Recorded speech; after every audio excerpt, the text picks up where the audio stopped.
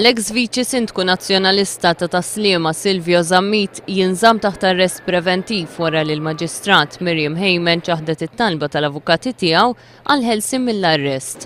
It-tlieta Zammit kien mixli li f'Marzu li għadda u fix-xhur ta' qabel ix-xaħħam u l-influenza fil-każ tat-tabak snus li ma każ wassal għar-riżenja ta' John Dalli minn Kummissarju Ewropew. It-talba l-ħelsien mill-arrest ġiet miċħuda mill-qorti minħabba li l-pulizija qalet li kienet irċiviet informazzjoni li Zammit tipprova javviċina lill-avukat Gail Kimberley li tagħmel parti mill-istess investigazzjoni u li prova influenza f'dak li kellha tgħid lill-pulizija b'rabta mal-investigazzjoni.